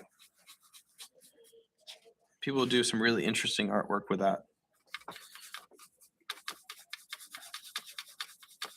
Okay, let's do this. So now we know about eggs and we know about lighting, right? Is that curve going to be like that, or is it going to be like that? Like that, or like that? Yeah, it's going to be kind of, yeah, I agree. So you're going to kind of look for that curve there because that light is kind of coming from down below in front of the person's face. It's going to be striking that face like that. There's that. And I'm just going to go ahead and blast this whole face with my shadow color that I mixed here. And this is where we get a second color. This is where you get a second brush. Okay. So where you get a second brush and you start blending. So right now it's a really hard line. And you can leave it like that, make it really graphic. But I get that second brush here and I just kind of follow along that line here. Teensy, smallest amount of water in this brush. Like barely any. And we go right on top of it there. And I'm gonna bring all this paint from here. Kind of bring it over. Kind of need to cover over the whole thing. There we go. There we go. And just like that, that edge is now soft. There's more than one way to soften an edge, but we're just gonna explore this way of doing it. Another way of doing it is getting it really wet. Remember wet on wet technique? It's one way to make things soft. But here I'm just blending it physically with a brush, second brush. Okay. Now, so we got the shadow, and we got the color of the whole thing. Next thing we're going to worry about is the highlights.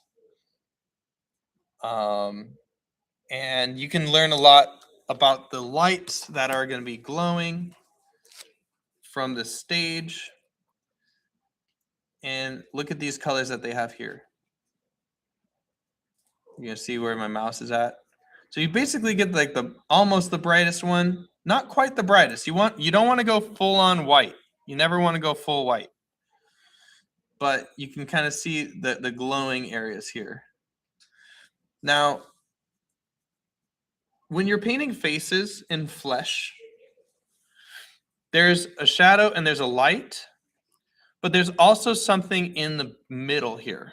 It's really interesting that happens. And that's where kind of flesh shines. You ever throw your hands in front of the sun or on a light bulb or something? Here, I could show you right now. Science. This is a heady class. I'm sorry. So I got a flashlight here. All right, there we are. We have experienced it. You see how it's all pink there? That happens too when we have light hitting our skin. So, like there, you can kind of see it between the light and the shadow of the flashlight. You can kind of see that there's kind of a red glow between my skin. That happens in the light as well. It's really subtle, but artists play it up. You can see it in the nose here. That's why he painted the nose kind of pink in there. You see it on the corner, especially in the blush. I mean, there's certain parts of the face that have more blush, but you can see it maybe between the chin and the shadow there. I'm gonna get off of Pinterest. That little thing is annoying me. But you can see it kind of in here where it's kind of pink in the edges and corners and stuff. Pink in here, especially the ears. You see it in the ears a lot. So I might get a little bit of blush in there. So I might just, even if it's blue, if I just have just a little bit of that blush color in there, maybe I'll just get some red. I got some red left over here. You could use the fresh red. But I can kind of add it in. It might look gray to us, but remember what we learned. It's about relationships.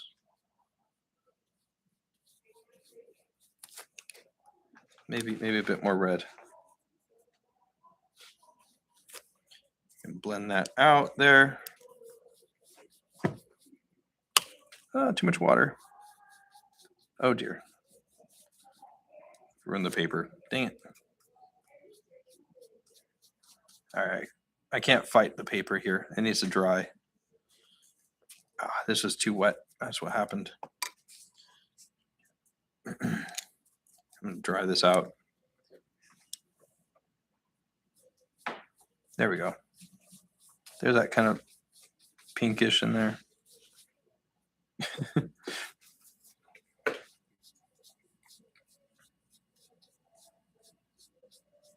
There we go. Okay. I think I captured it. Okay, perfect. Now, I'm sure you're wondering, Bryce, what's up with your edges here? Terrible. I'll zoom this in a bit. Well, because kind of need to see everything. So I got pink in there, just really see it more in person, but it's really quite vague, and it's kind of similar to what's happening here. He's trying to capture that, and then we want to go for the highlights after we get the blush. Sometimes people get blush in there very, very first, because it's kind of part of the face, you know. But here we go. So next thing, I'm gonna get that light there. So this is a very warm color, but it's also a lot of whites here. But I'm not going for the pure white yet. So first, I'm gonna get just that shape here. So I'm just looking at the shape. Starts with shape, and then you blend it out. Don't just start with a blending, okay? So there's some shapes in here. So, all right, let's get that color. So I'm gonna start with white because it's mostly white. Sometimes things are mostly white. Sometimes things are mostly gray. That's a good place to start. Don't start on that yellow.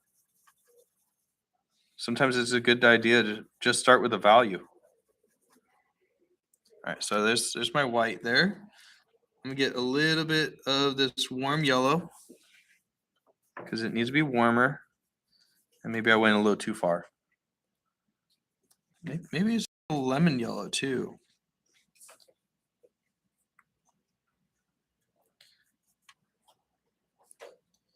Get a little lemon yellow in there. All right, get more white in there. Okay, okay.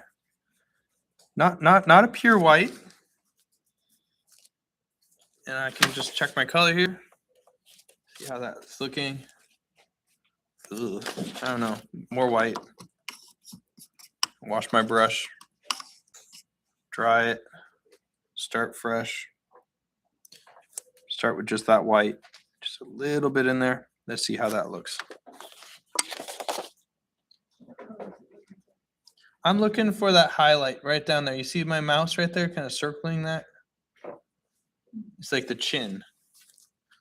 It's just like those highlight parts there. So I'm not trying to get a pure white, but I'm just trying to get like a nice warm kind of light. See how that looks. Okay, I'm happy with that. So get my second brush, make sure it's not wet. If it's wet, I don't know. So I'm gonna go ahead, get down that shape here. Still thinking about that crescent, that curve there. And this is just gonna be the light area here. Trying to paint thick here. Thicker the better.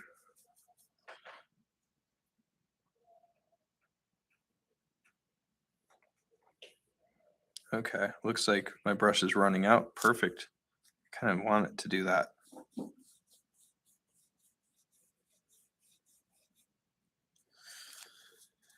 Okay, that looks pretty good. Maybe I'll add a bit more. I could wait for it to dry. I get some more of that white. Now white is super opaque, so yeah, I might just want this to dry a bit. I don't know, maybe this is good. And then this person's not wet or sweaty, so I don't have any big white highlights, but so I might just kind of blend out some of that pure white at the very last step here. Okay. Okay. And when I'm done with that, then I worry about the background. Honestly, background could have been done first. But yeah, sometimes I like to do the background first just so that you have that color relationship going so that you understand kind of how it might look in that environment. So I'm getting some black, some brown, just trying to get that right kind of color going. See how that looks. I don't know. This is a study after all, so I'm being a little more meticulous than usual.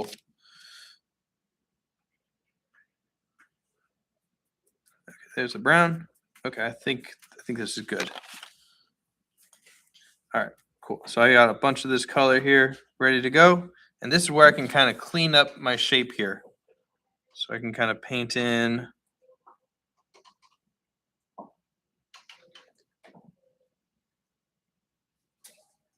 Brown like a bird sienna? Yeah, it's like a really, really dark brown. So I just kind of got a brown and then some black.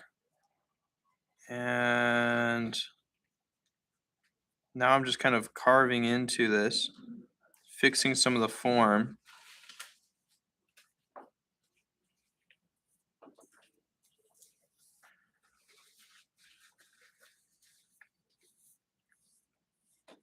Maybe it's got more brown on the outside there. Maybe I'll get some more brown, maybe a little yellow ochre with that brown.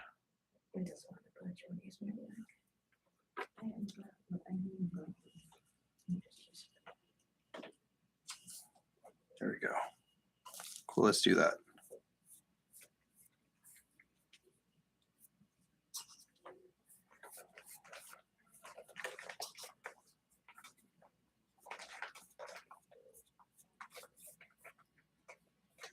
Bam. And that's a good color study. Now, you can get really quick with this the more you do it. And it doesn't have to be people, it could be fruit or it could be anything. But this is very interesting. I like this one. Good egg. That same form of blending and stuff, you're going to be using those same techniques throughout the face, on the nose, on the eyes, on the all sorts of places on the face. So getting really good at this, I think, can really help you.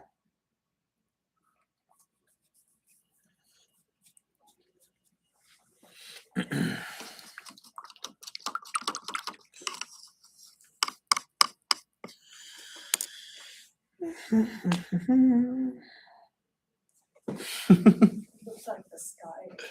I know, yeah. Maybe I could get it darker. Oh, I don't know.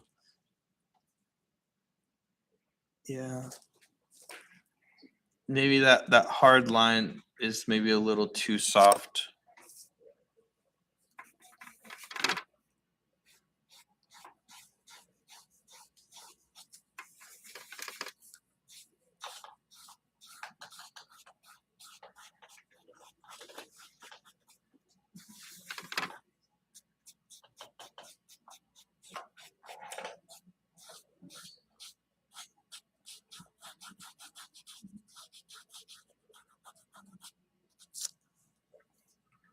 I feel like that blue is too dark. I can push the darker blue. So that's kind of a thing that you do when you're painting. Is like after you did the painting, you're like, well, I want to get it darker. So you can make adjustments after the fact.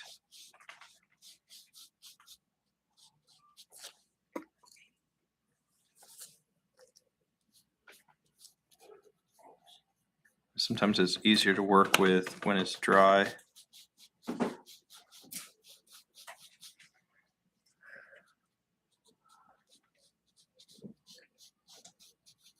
And of course, you can work with the colors that you mix in the background. You know, that can make it more unified. You know, if you get like a bit of that brown in there, that's in the background there, that's going to help it feel more unified, like it's actually in the space.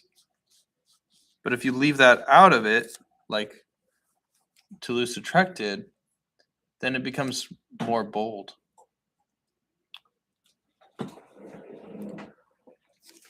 So I think I'm going to go ahead, have some heads up here on the screen. If you want to use the Pinterest, you can find other heads. And I'm going to do 3 more little heads here. Whoop. It's all right. I just finished up this head, so.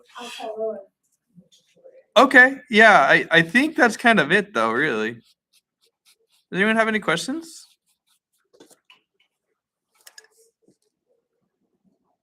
Yeah.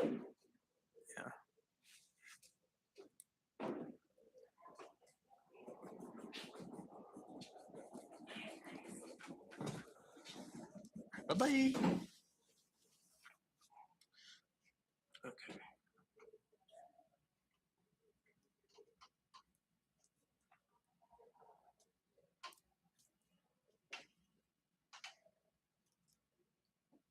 Okie dokie. I'll keep this one up here, but I'm also gonna pull up a new one.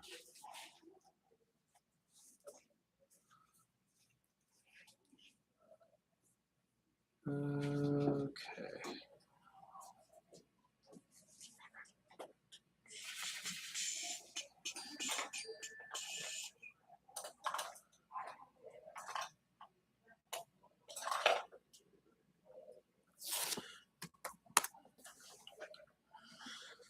Okie dokie. Ooh. Okay. That's pretty good. Oh man, so many options. It's literally unending. I'm gonna actually delete this.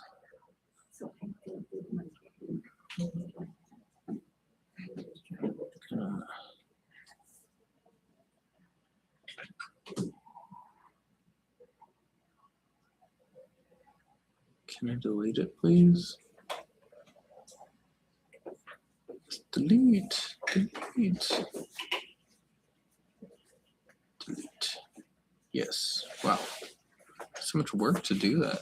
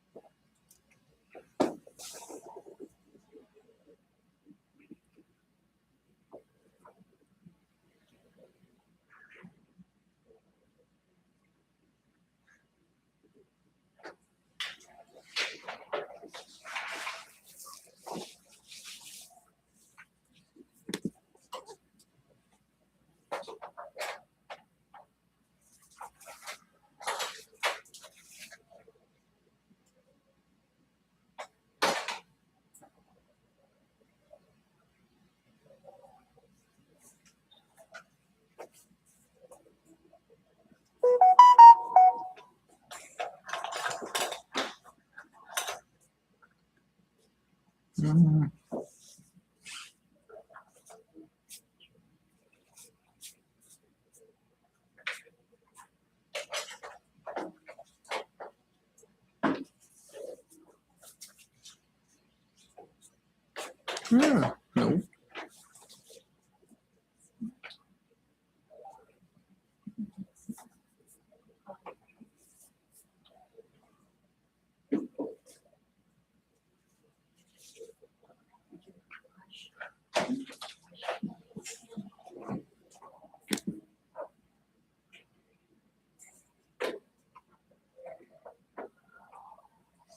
Does anyone need the Toulouse-Lautrec face mark? Is everyone done with a blue head? So we're not actually painting the face, we're just the shape. Yeah, the colors and the blending. Yeah. Yeah. If you wanted to paint like features and stuff on a face, I would say take a whole page. Yeah, you would need a whole page for that. Yeah. But I mean, I think it's a good practice just kind of mixing colors, finding that middle value. Yeah.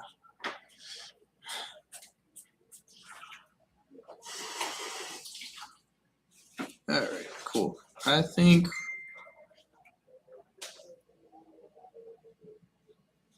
all right, I'll go ahead, pull up a new image for this. I mean, some people's heads are just egg. Just feel like eggs.